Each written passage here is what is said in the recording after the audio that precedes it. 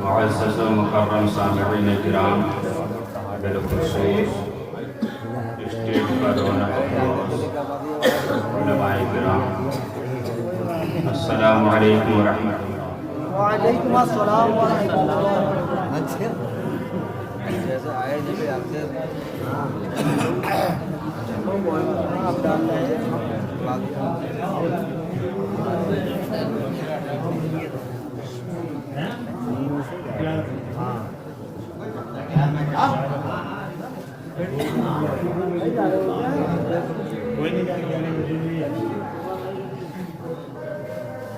الحمد لله رب العالمين والعاقبة للمتقين والصلاة والسلام على سيد المرسلين، أما بعد فأعوذ بالله من الشيطان الرجيم، بسم الله الرحمن الرحيم، إن أولياؤه إلا المتقون، صدق الله العظيم وصدق رسوله النبي الكريم، ونحن على ذلك لمن الشاهدين والشاكرين، والحمد لله رب العالمين۔ غوث اعظم بمنے دے سر و ساما مدد، قبلہ کی مدد، کعبہ ایما مدد، بگرداب بلا افتادہ کشتی، ضعیفان و شکستہ رات و پشتی، بحق خواجہ عثمان ہارونی، مدد کن مدد کن مدد کن یا معین الدین چشتی، سرورا شاہ کلیمہ دستگیرہ اشرفا، حرمت روح پیمبر یک نظر کن سوئے ماں۔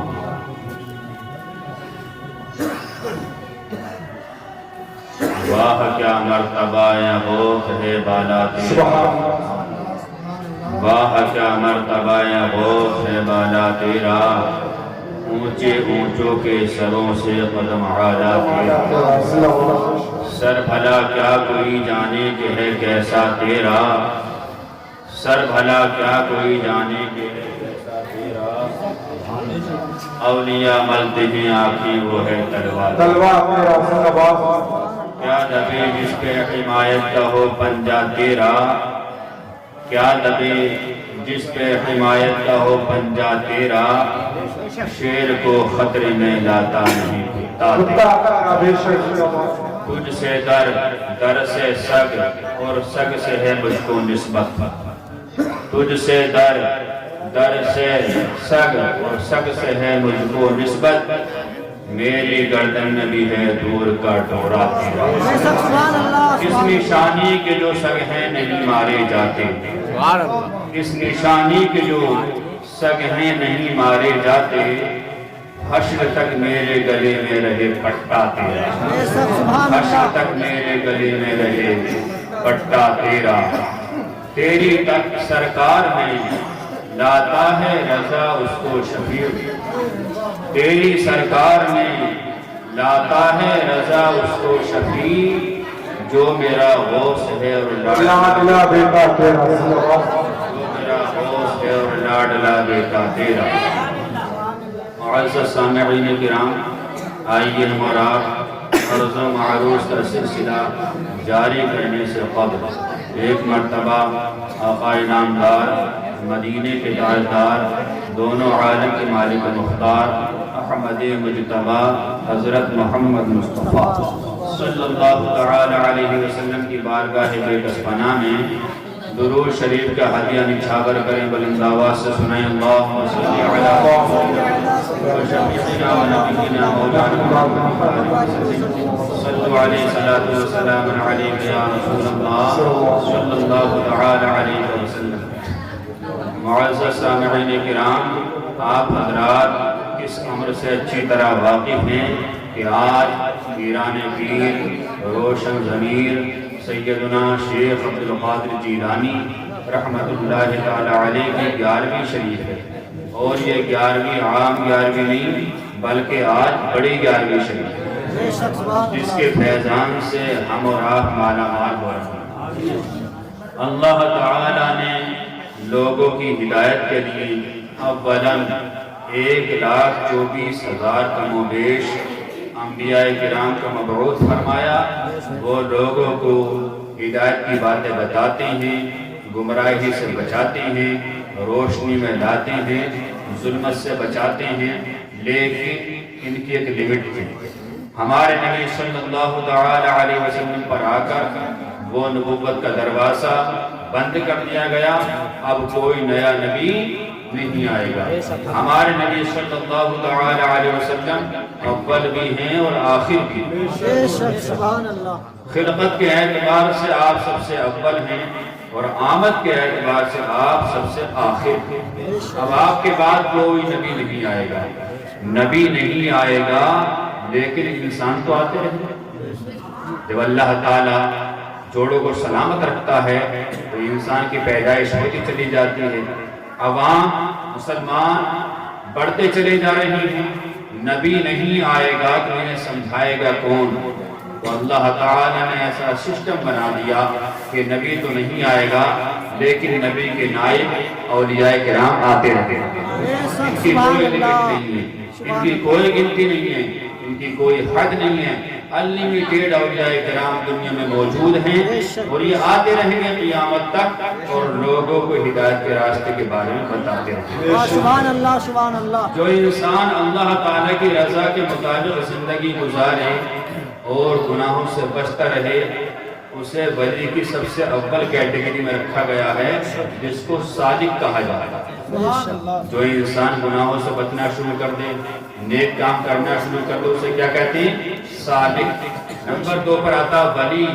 ولی کہتے ہیں اس انسان کو جو اپنے اعتقاد صحیحہ کے ساتھ اچھے اعمال کرتا رہے، گناہوں سے کبائر سے بچتا رہے اور نیک اعمال بجا لاتا رہے۔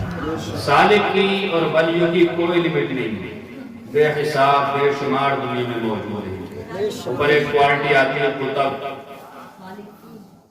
اللہ تعالیٰ کا وہ نیک بندہ جس کو اللہ تعالیٰ نے دونوں اعتبار سے، علمی اعتبار سے بھی، حال کے اعتبار سے بھی طاقت و قوت قدرت عطا فرمائی ہو اور وہ پورے دنیا کے حالات کا جامع ہو، یعنی پوری دنیا کے حالات اپنے پاس رکھتا ہو، اسے قطب کہتے ہیں۔ اور اس کے جو وزیر ہوتے ہیں انہیں ائمہ کہتے ہیں۔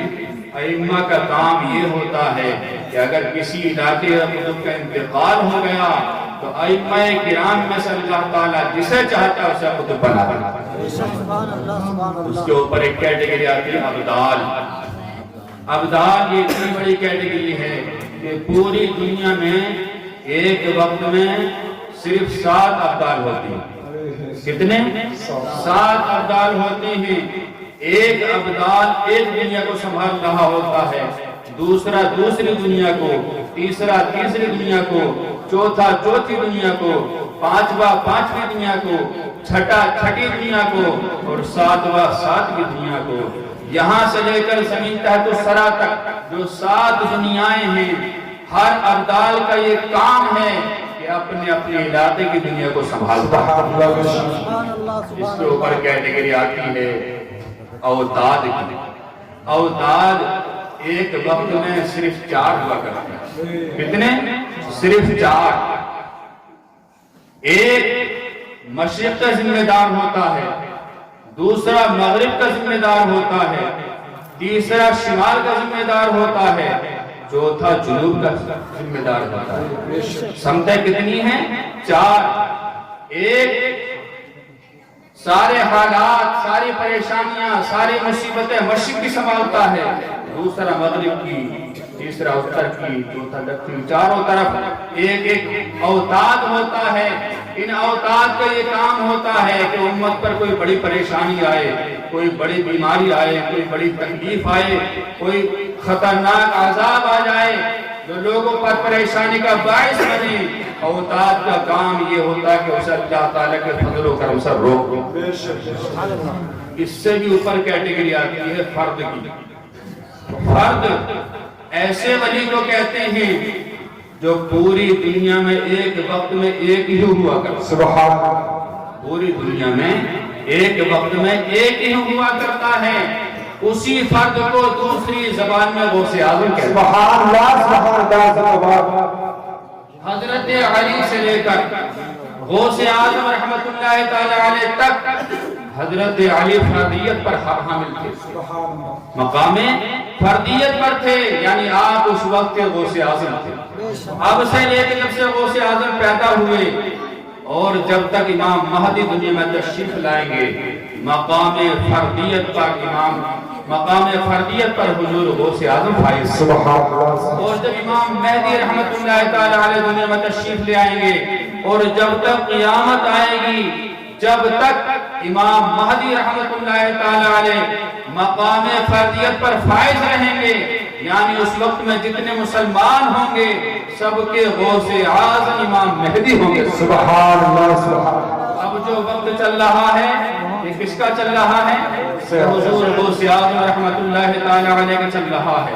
مقام سالک اپنی جگہ، مقام ولایت اپنی جگہ، مقام قطب اپنی جگہ، مقام اوتاد اپنی جگہ، مقام ابدال اپنی جگہ، سارے مقام اپنی جگہ ٹھیک ہیں، لیکن ان سب کے سردار، ان سب کے تاجدار، ان سب کے غوث، ہمارے غوث اعظم شیخ عبد القادر جیلانی رحمت اللہ تعالی علیہ۔ سبحان اللہ زندہ باد، نعرہ تکبیر، نعرہ رسالت، علماء اہل سنت، جشن حوصل بیان، نعرہ تکبیر، زندہ باد۔ غوث اعظم رحمت اللہ تعالی علیہ مقام فردیت پر فائز ہیں اس وقت، یعنی پوری دنیا کے اولیاء کرام کو جو کنٹرول کر رہی ہیں، جو فیض پہنچا رہی ہیں، انہیں کا نام عبد القادر جیلانی۔ بے شک سبحان اللہ۔ کوئی ولی بالغ ہونے کے بعد بنتا ہے، کوئی ولی 20 سال کی عمر میں، کوئی 25 سال کی عمر میں، کوئی 30 سال کی عمر میں، کوئی 50 سال کی عمر میں، اور کوئی ولی ایسا ہوا کرتا ہے کہ اللہ تعالیٰ اسے ماں کے پیٹ سے ولایت عطا کرتا ہے۔ سبحان اللہ، یعنی مادر ذات ولی ہوا کرتا ہے۔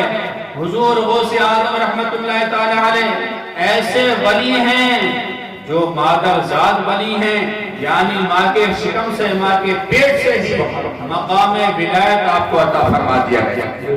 سبحان اللہ۔ حضور غوث اعظم رحمت اللہ تعالی علیہ ایسے ولی ہیں کہ 29 شعبان کو پیدا ہوئے، اگلے دن رمضان آیا تو ختم سحری سے لے کر مغرب تک کبھی دودھ نہیں پیا۔ سبحان اللہ سبحان اللہ۔ جب 1 سال اسی طرح گزر گیا، فجر کے وقت دودھ پینا چھوڑتے، پھر مغرب کے وقت دودھ پیتے۔ اگلے سال جب آیا 29 شعبان ہوئی، یوم الشک کا روزہ ہوا۔ 30ویں شعبان کے روزے کو کہتے ہیں یوم الشک کا روزہ، یعنی شک ہے اس روزے میں، ہو سکتا شعبان کا لاسٹ ہو سکتا رمضان کا شروع ہو۔ لوگوں نے بتایا شک میں پڑھنے کی ضرورت کیا ہے، آؤ اشراف خاندان میں ایک ایسا بچہ ہے وہ رمضان کے مہینے میں دودھ نہیں پیتا ہے، چلو اسے گھر چلتے ہیں، اسی ماں سے پوچھتے ہیں کہ تمہارے بچے نے آج دودھ پیا کہ نہیں پیا۔ اگر وہ کہہ دے کہ دودھ پی رہا ہے تو سمجھ لو 30 شعبان ہے، ابھی روزے شروع نہیں ہوئے ہیں۔ اگر وہ کہہ دیں کہ میرے بچے نے دودھ نہیں پیا ہے تو سمجھ لینا شعبان کا مہینہ ختم ہو گیا ہے، رمضان کا مہینہ شروع ہو گیا ہے۔ اشراف خاندان میں پہنچے، آپ کی والدہ محترمہ فاطمہ ثانیہ الخیر سے پوچھا گیا کہ آپ کے بچے نے آج دودھ پیا کہ نہیں پیا۔ آپ نے بتایا کہ صبح سے میں اپنے بیٹے عبد القادر کو دودھ پلانا چاہ رہی ہوں، لیکن وہ دودھ کو اپنے منہ میں نہیں لے رہا ہے، مجھے یقین ہو گیا ہے کہ آج پہلا روزہ ہو گیا۔ سبحان اللہ۔ یقین کر لیا کہ واقعی آج پہلا روزہ ہے۔ جو بچہ بچپن سے رمضان اس پر فرض نہیں، ابھی مکلف نہیں، روزہ ہو، نماز ہو، حج ہو، زکوٰۃ ہو، یہ ساری چیزیں مکلف ہونے کے بعد فرض ہوتی ہیں، بالغ ہونے کے بعد فرض ہوتی ہیں، لیکن شیخ عبد القادر جیلانی ابھی ایک سال کے ہیں، لیکن 1 دن کے ہیں اور رمضان کے روزے کا ادب و احترام کر رہے ہیں، گویا کہ روزہ رکھ رہے ہیں۔ اس سے پتہ چلا کہ جو بچہ پیدا ہوتے ہی اتنا شعور والا ہو کہ رمضان اور غیر رمضان کے ایام کو پہچان رہا ہو، وہ کیوں نہ زمانے کا غوث اعظم، سبحان اللہ سبحان اللہ۔ وہ کیوں نہ زمانے کا غوث اعظم ہوگا، وہ کیوں نہ قطب عالم ہوگا، وہ کیوں نہ وہ کیوں نہ فردیت کی منزل پر فائل ہوگا۔ اعلیٰ حضرت فاضل بریلوی رحمت اللہ تعالی علیہ فرماتے ہیں رہے پابند احکام شریعت ابتدا ہی سے، نہ جھوٹا شیر خواری میں بھی روزہ غوث اعظم، نہ جھوٹا شیر خواری میں بھی روزہ غوث اعظم کا۔ بچپن سے ہی آپ نے یہ عہد کر لیا تھا، والدین جو کہ دونوں اللہ تعالیٰ کے ولی، نانا بھی اللہ تعالیٰ کے ولی، پھوپھی بھی اللہ تعالیٰ کے ولی، جو خاندان ہے ولیوں کا خاندان ہے، بچپن سے ہی آپ نے عہد کر لیا تھا، بتا دیا گیا تھا کہ جھوٹ بولنا بہت بڑا گناہ ہے، کبھی جھوٹ مت بولنا۔ اسی طرح بتا دیا گیا تھا کہ جھوٹ مت بولنا، جھوٹ بہت بڑا گناہ ہے، اور حرام روزی حرام لقمہ اپنے منہ میں مت جانے دینا۔ یہ دونوں چیزیں جو اندر جاتی ہیں تو انسان کی جو صلاحیت کی منزلیں ہوتی ہیں، ولایت کی منزلیں طے کرنی ہوتی ہیں، ان میں فرق پڑ جاتا ہے۔ اسی لیے تو آپ کے والد صاحب نے اچانک سے اٹھا کر کھا لیا تھا تو 12 سال ان کی خدمت کی، تب جا کے اس کی معافی تلافی ہوئی۔ پتا چلا کہ اولیاء کرام نہ کسی کا کھاتے ہیں نہ کبھی جھوٹ بولتے ہیں، بچپن سے ہی ادب احترام کے حامل ہوتے ہیں۔ حضور اعلیٰ حضرت فاضل بریلوی رحمت اللہ تعالی علیہ کے بارے میں آتا ہے کہ جب آپ 5 سال کے ہوئے تو آپ نے 5 سال کی عمر میں ہی اپنے والد صاحب سے پوچھ لیا تھا کہ میرے والد صاحب یہ تو بتاؤ بغداد کس طرف، سبحان اللہ، یہ بتاؤ بغداد کس طرف ہے، کہاں بیٹا اس طرف ہے۔ آپ نے پوچھا بیٹا تم کیوں پوچھ رہے ہو؟ اعلیٰ حضرت فاضل بریلوی نے بتایا جدھر بغداد ہے ادھر بڑے پیر صاحب ہیں، میں ادھر کو ٹانگ کیسے پھیلا سکتا ہوں، پاؤں کیسے پھیلا سکتا ہوں۔ 5 سال کی عمر سے ہی آپ نہ تو کبھی بغداد شریف کی طرف پاؤں پھیلا کر بیٹھے، نہ کبھی بغداد شریف کی طرف پاؤں پھیلا کر سوئے۔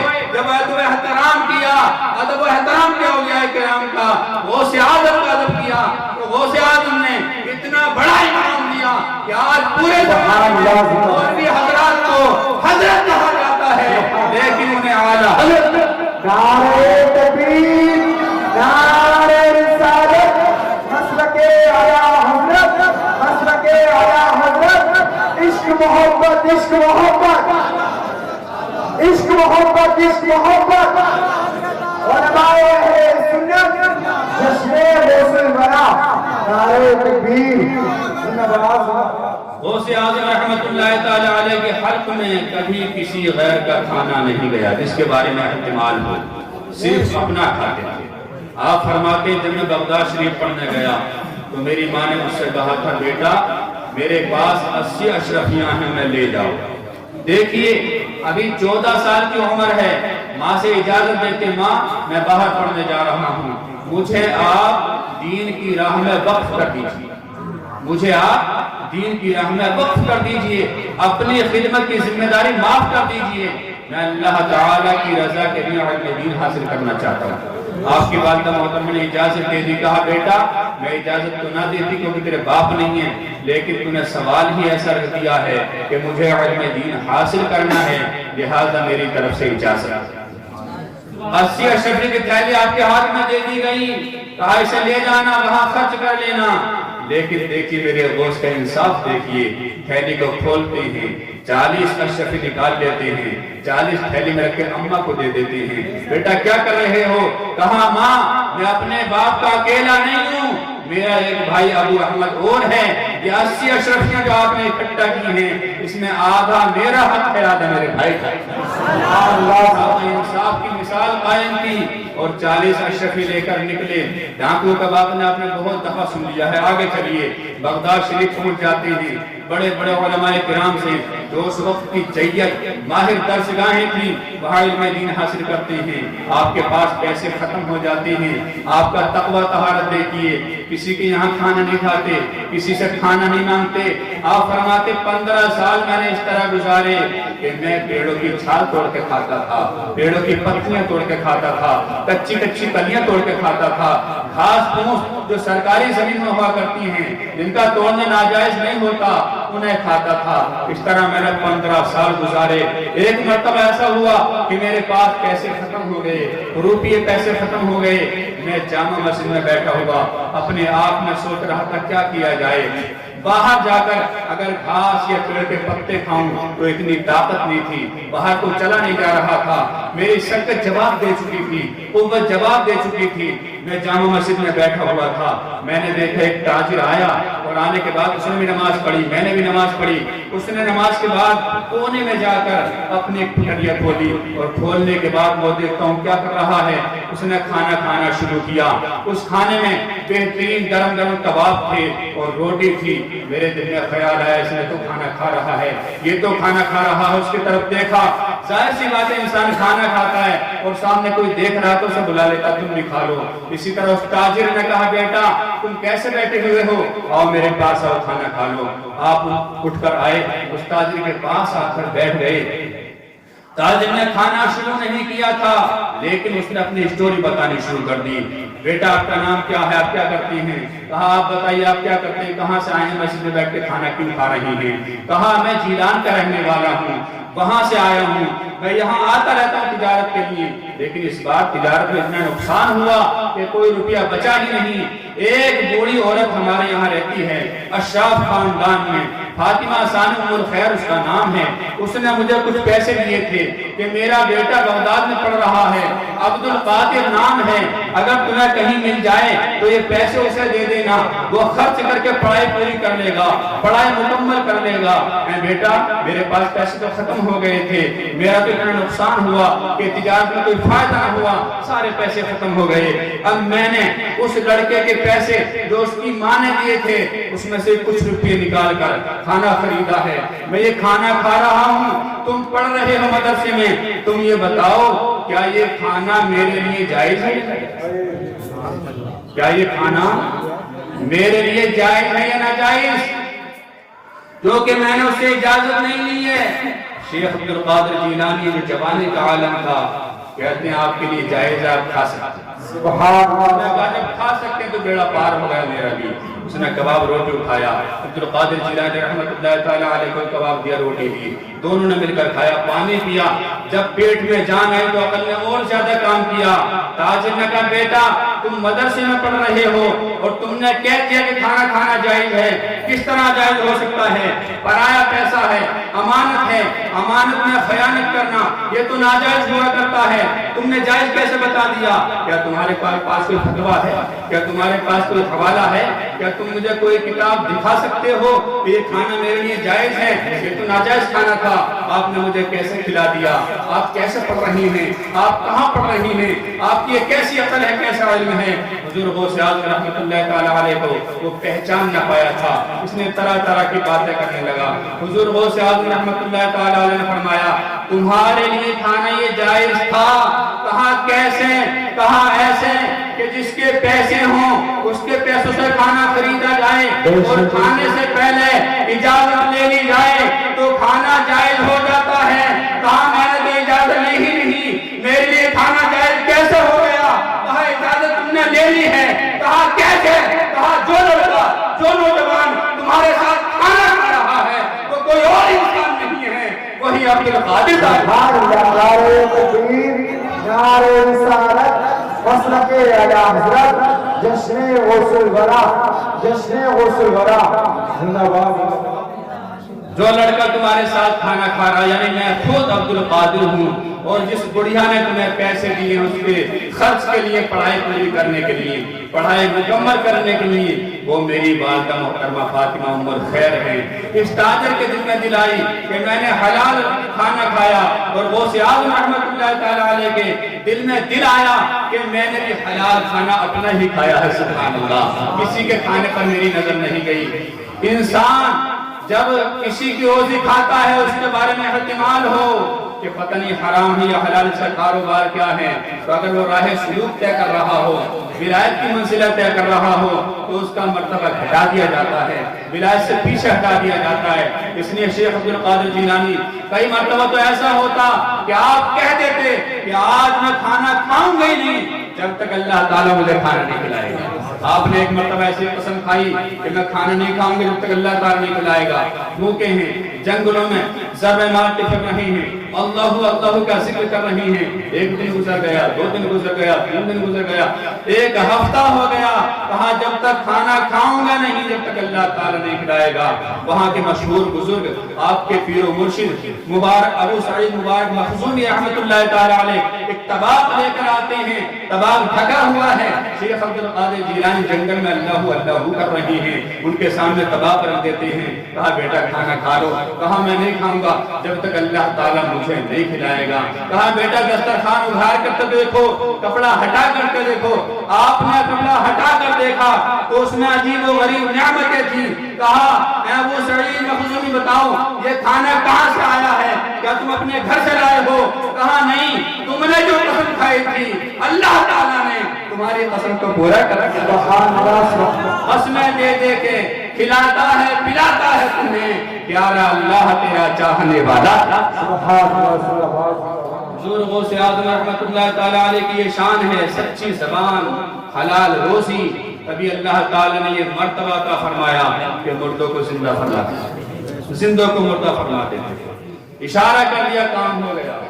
یہاں تک فضیلت کتابوں میں آئی ہے کہ آپ رحمت اللہ تعالیٰ علیہ کو ابو سعید مبارک مخزومی رحمت اللہ تعالیٰ علیہ نے جس مدرسے کو حوالے کیا تھا کہ آج کے بعد یہ مدرسہ آپ چلانا، جو مدرسہ آپ چلاتے تھے اس مدرسے کی یہ شان ہے کہ کوئی بغداد میں بیمار ہو جاتا، کسی کوئی پریشانی ہوتی، کوئی تکلیف ہوتی تو حضور غوث اعظم رحمت اللہ تعالیٰ علیہ کے پاس آتا. حضور میرے پیٹ میں درد ہو رہا، میرے سر میں درد ہو رہا، مجھے یہ پریشانی، مجھے یہ بیماری ہے. حضور غوث اعظم رحمت اللہ تعالیٰ علیہ کی نسبت دیکھیے. آپ فرماتے ہیں دوا کی کیا ضرورت ہے، میرے مدرسے کے صحن میں جاؤ، گھاس توڑو اور کھا لو، اللہ تعالیٰ تمہیں شفا تھا. اور ایسا ہی ہوتا تھا، مریض جاتے تھے وہاں کی مدرسے کی گھاس توڑ کے کھاتے تھے اور شفا یاب ہو جاتے تھے. یہاں تک کتب میں لکھا ہوا ہے کہ بروز قیامت کچھ گناہگار ایسے بھی ہوں گے کہ حضور غوث اعظم کی نسبت سے بخشے جائیں گے. بروز قیامت گناہگار ایسا آئے گا کہ اس سے پوچھا جائے گا اے انسان بتا تو غوث اعظم کو جانتا تھا کہ نہیں میں جانتا تھا، ان سے محبت کرتا تھا، ان سے محبت نہیں کرتا تھا، کبھی ان کی محفل میں گیا کہ نہیں، کبھی ان کی محفل میں نہیں گیا، کبھی ان کے پاس بیٹھا نہیں، کبھی ان کے پاس نہیں بیٹھا، کبھی ان کے مدرسے میں گیا کہا نہیں، کبھی ان کے مدرسے میں نہیں گیا. سارے حیلے بہانے تلاش کیے جائیں گے بخشش کے، لیکن کوئی بہانہ نہیں ملے گا. فرشتے کہیں گے اے انسان بتا کیا تیرا گزر کبھی شیخ عبد القادر جیلانی رضی اللہ تعالیٰ کے مدرسے کے سامنے جو راستہ تھا اس راستے سے ہوا ہے؟ لوگ کہیں گے ہاں ہاں ہوا ہے. وہ گناہگار کہے گا ہاں ہوا ہے. کہا سن، شیخ عبد القادر جیلانی کے راستے سے تو گزرا ہے، اس راستے کے گزرنے کی برکت سے تیری مغفرت فرما دی گئی. آپ کے مدرسے کی شان ہے کہ ان کے مدرسے کے قریب سے کوئی انسان گزر جائے تو وہ بھی جنتی ہو جایا کرتا ہے. آپ کے بیان کا یہ حال ہے کہ 70,000 کا مجمع ہوا کرتا تھا. جتنی آواز آگے بیٹھنے والے کو جاتی تھی اتنی ہی آواز پیچھے بیٹھنے والے کو. اور آپ ایک ایک آیت کے 40 ترجمے کر کے سناتے تھے اور ایک ایک بیان میں 15 زبانیں استعمال کرتے تھے.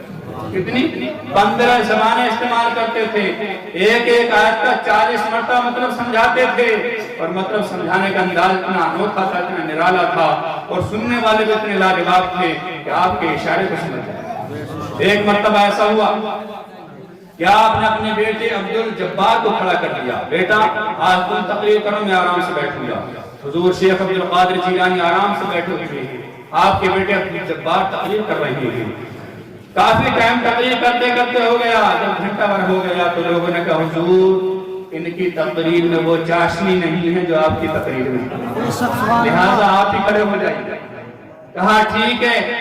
کھڑے ہوئے، اپنے بیٹے عبد الجبار کو بٹھا دیا اور تقریر کرنے کا انداز یہ ہوتا تھا کہ لوگ جو سمجھدار ہوتے تو وہ ایک دم سمجھ جاتے تھے، جو سمجھدار نہیں ہوتے بہت دیر عقل لڑاتے تھے. دیکھیں تقریر کرنے کا انداز یہ ہوتا تھا. کھڑے ہوئے، کہا لوگ میرا بیٹا عبد الجبار تقریر کر رہا تھا، آپ نے سنا، اب میری تقریر سنو. ایک واقعہ آپ کو سناتا ہوں. شیخ عبد القادر جیلانی فرماتے ایک واقعہ آپ کو سناتا ہوں، سنائیے. واقعہ یہ ہے کہ مجھے بتاؤ میری بیوی عبد الجبار کی ماں روزانہ ملائی اکٹھا کرتی ہے، اور ایک مٹی کے برتن میں بھرتی چلی جاتی ہے. جب ہفتہ 2 ہفتہ 3 ہفتہ گزر گئے، 4 ہفتے ہو گئے، 1 مہینہ ہو گیا اور وہ مٹی کا برتن بھر گیا، اس نے اوپر چھینکے میں جو ہمارے تمہارے ہوا کرتا رسی ٹانگ دیتے ہیں دیگچی کو، اس میں ٹانگ دیا برتن مٹی کا. ایک بلوٹا آیا اور آنے کے بعد اس نے پنجا مارا، دیگچی نیچے گری، ہانڈی نیچے گری، سارا دہی بکھر گیا، سارا مکھن ملائی بکھر گیا. بتائیے میری بیوی کا اس طرح اکٹھا کرنا صحیح ہے یا غلط؟ اب آپ بتائیے اس تقریر سے آپ کیا سمجھے؟ کچھ سمجھ میں آیا؟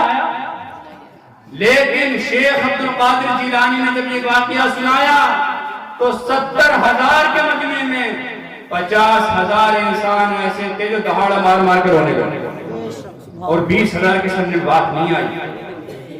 اور تمہارے سامنے کسی کی آئی؟ ہو سکتا نہ آئی. میں بتا دیتا ہوں. لوگوں نے پوچھا اس کا کیا مطلب ہے؟ کہا سنو، شیخ عبد القادر جیلانی کے کہنے کا مطلب یہ ہے، جو لوگ سمجھ کے وہ کھڑے ہو کے بتا رہے ہیں. شیخ عبد القادر جیلانی کے کہنے کا مطلب یہ ہے انسان کتنا نادان ہے، پوری زندگی پیسے جمع کرتا ہے، گولک بھر لیتا ہے، جب آخری وقت آتا ہے اپنی بیماری پر خرچ کر دیتا ہے یا کسی کام میں اٹھا دیتا ہے.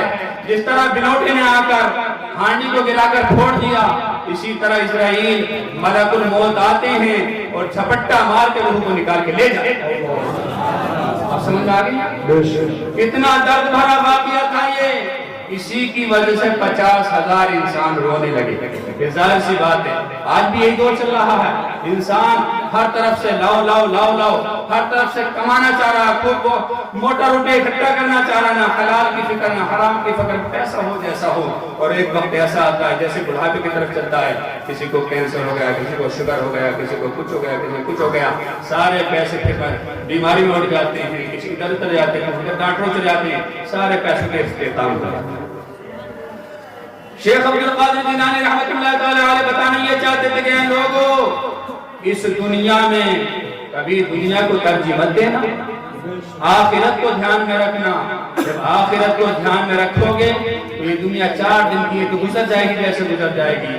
یہاں تو ٹائم کٹ جائے گا، لیکن زندگی جاودانی لمبی زندگی، بڑی زندگی جو ہے وہ آخرت کی زندگی ہے. اسے کامیاب بناؤ، اسے کامیاب بنا لو گے تو یہ چھوٹی سی مختصر زندگی پریشانی میں گزرے کوئی بات نہیں ہے. آخرت کی زندگی کامیاب ہے تو سمجھ لو تم نے اپنی زندگی کامیاب کر.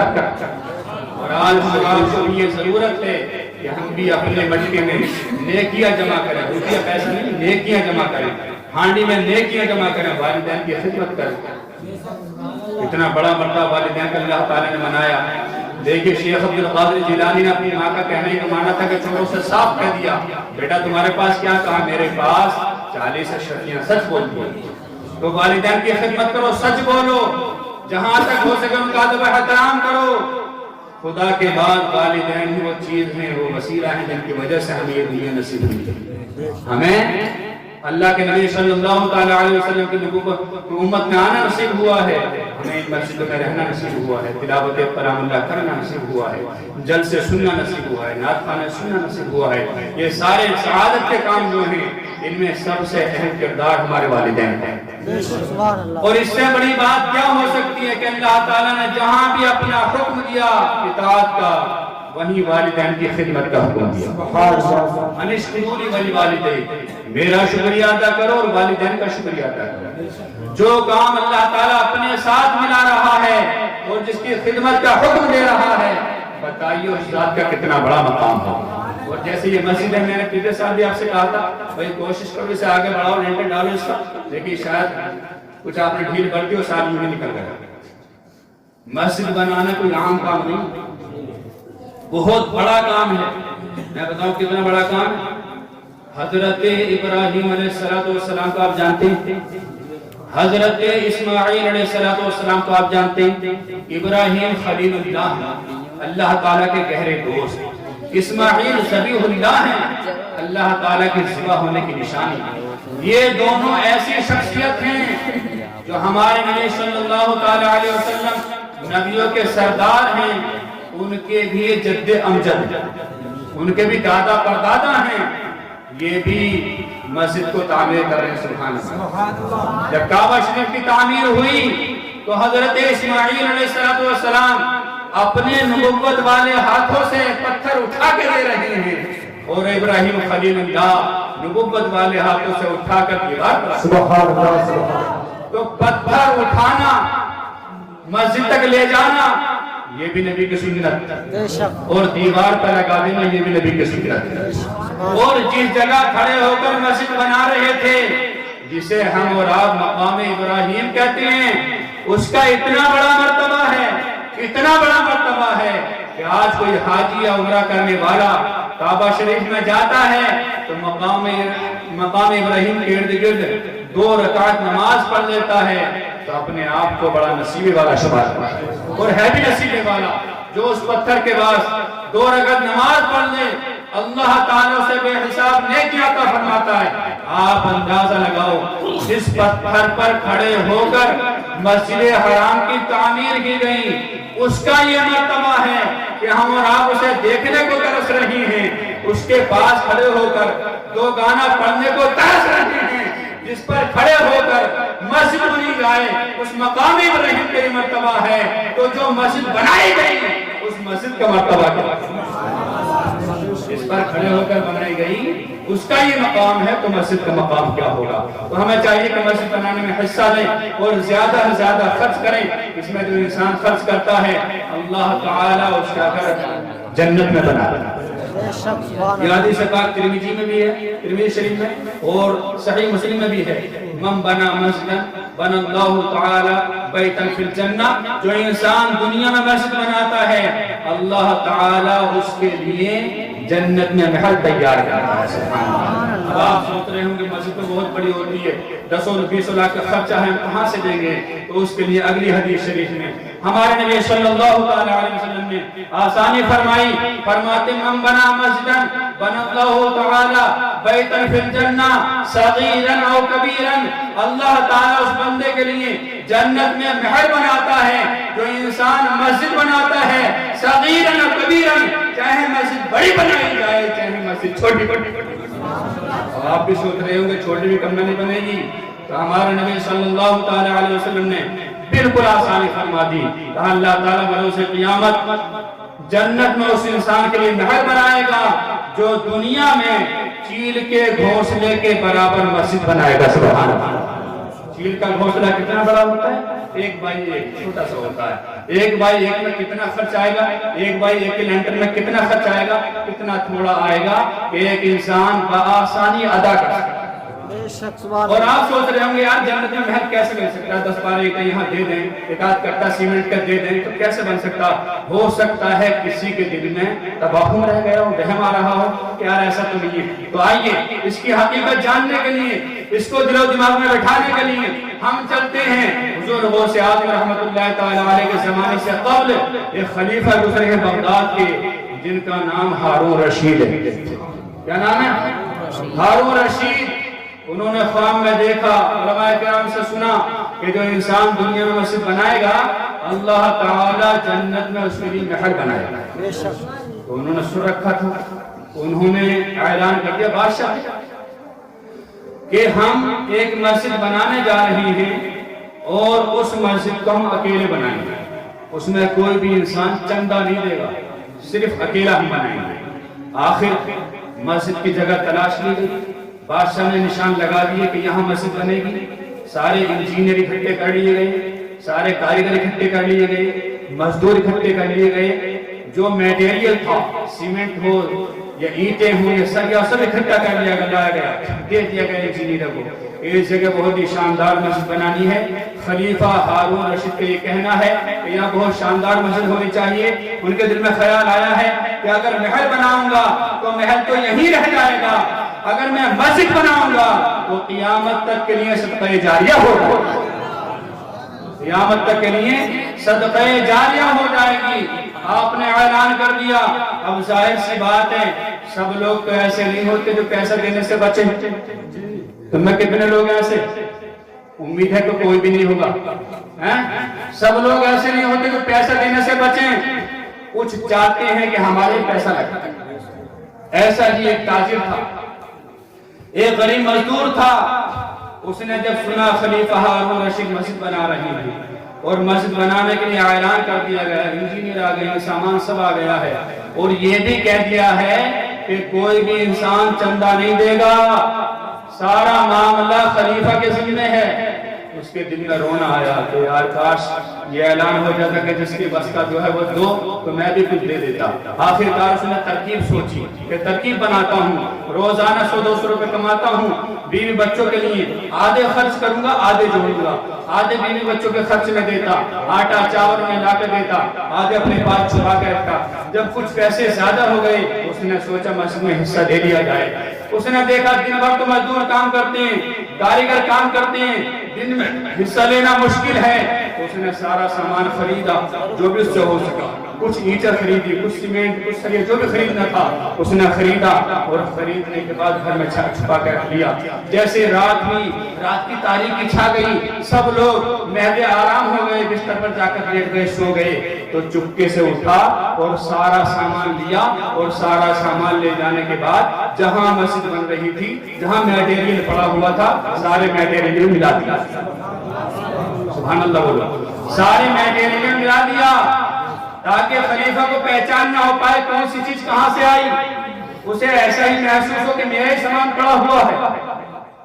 اب جیسے ہی اگلی رات ہوئی، خلیفہ ہارون رشید سوئے، پورا علاقہ سویا، تو کیا دیکھتے ہیں، جیسے ہی ظاہری آنکھیں بند ہوئی، اللہ تعالی نے دل کی آنکھوں کو کھول دیا۔ سبحان اللہ، کیا دیکھتے ہیں خواب کے عالم میں کہ وہ جنت میں پہنچ گئے۔ سبحان اللہ، اور جنت میں دو بڑے عالی شان محل بنے ہوئے ہیں، بڑے شاندار لاجواب محل بنے ہوئے ہیں، یاقوت و زبرجد کے محل بنے ہوئے ہیں۔ آپ نے جب سر اٹھا کر دیکھا تو ایک محل پہ لکھا ہوا تھا ہارون رشید، کیا لکھا ہوا تھا؟ ہارون رشید۔ پھر دوسرے والے کو دیکھا تو اس پہ لکھا ہوا تھا عبداللہ، جو ان کا رعایا تھا، ان کا خادم تھا، گاؤں کا رہنے والا، وہیں کا رہنے والا۔ دل میں خیال آیا یہ کون ہے، یہ تو ہمارے علاقے کا لگ رہا ہے۔ صبح کو آنکھ کھلی، دربار میں اعلان کر دیا سارے علاقے کو دربار میں جمع کر لیا جائے، اور بالخصوص فلاں انسان کو ضرور بلایا جائے جس کا نام یہ ہے۔ سارے علاقے کو جمع کر لیا گیا، اسے بھی جمع بلایا گیا جس کا نام جنت میں لکھا ہوا دیکھا تھا، اسے سب کے سامنے کھڑا کر دیا گیا۔ اور کھڑا کرنے کے بعد خلیفہ نے پوچھا تم تو مزدور ہو؟ ہاں مزدور ہو۔ کتنا کماتے ہو؟ اتنا کماتے ہوں۔ کیا کرتے ہو؟ بس بھی بچوں کا خرچ چل جاتا ہے، یہ اللہ تعالیٰ کا شکریہ ادا کرتا ہوں۔ کہا کوئی نیک عمل تم کرتے ہو؟ کہا میں تو کوئی نیک عمل نہیں کرتا۔ کوئی آرٹ سے پوشیدہ کوئی وظیفہ پڑھتے ہو؟ کہا میں تو کچھ نہیں پڑھتا۔ کہا پھر تمہارا مرتبہ اتنا بڑا کیسے ہو گیا کہ جنت میں جہاں میرا محل بنا ہوا ہے وہیں تمہارا محل بنا ہے؟ کہا بادشاہ سلامت، میں بات کو چھپانا چاہتا تھا لیکن بات اب آئی گئی تو بتانی پڑے گی۔ کہا بتاؤ کیا ایسا عمل ہے؟ کہا میرا ایسا کوئی عمل نہیں، میں نے سنا تھا آپ ایک مسجد بنانا چاہ رہے ہیں اور آپ نے یہ اعلان کر دیا ہے کہ ہم کسی سے چندہ نہیں لیں گے۔ میرے دل میں یہ خیال آیا مجھے تو کچھ نہ کچھ دینا تھا، تو میں نے کچھ پیسے جمع کیے اور پیسے جمع کرنے کے بعد ان کا کچھ سامان لایا، اور سامان لانے کے بعد دن میں تو وہاں لوگ رہتے ہیں، مزدور رہتے ہیں، کاریگر رہتے ہیں، میں دن میں وہ سامان نہ پہنچ چکا، میں نے رات کے تاریکی میں اندھیرے میں وہ سارا سامان اٹھایا اور مسجد کے سامان میں ملا دیا۔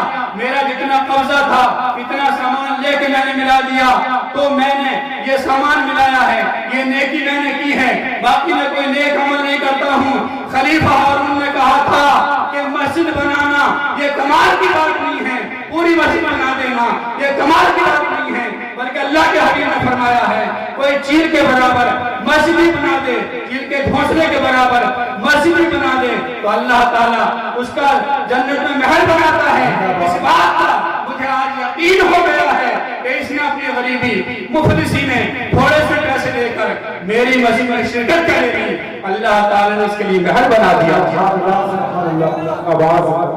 پتا چلا کہ محل بنوانا اگر چاہتے ہو جنت میں تو مسجد میں حصہ لینا ہوگا۔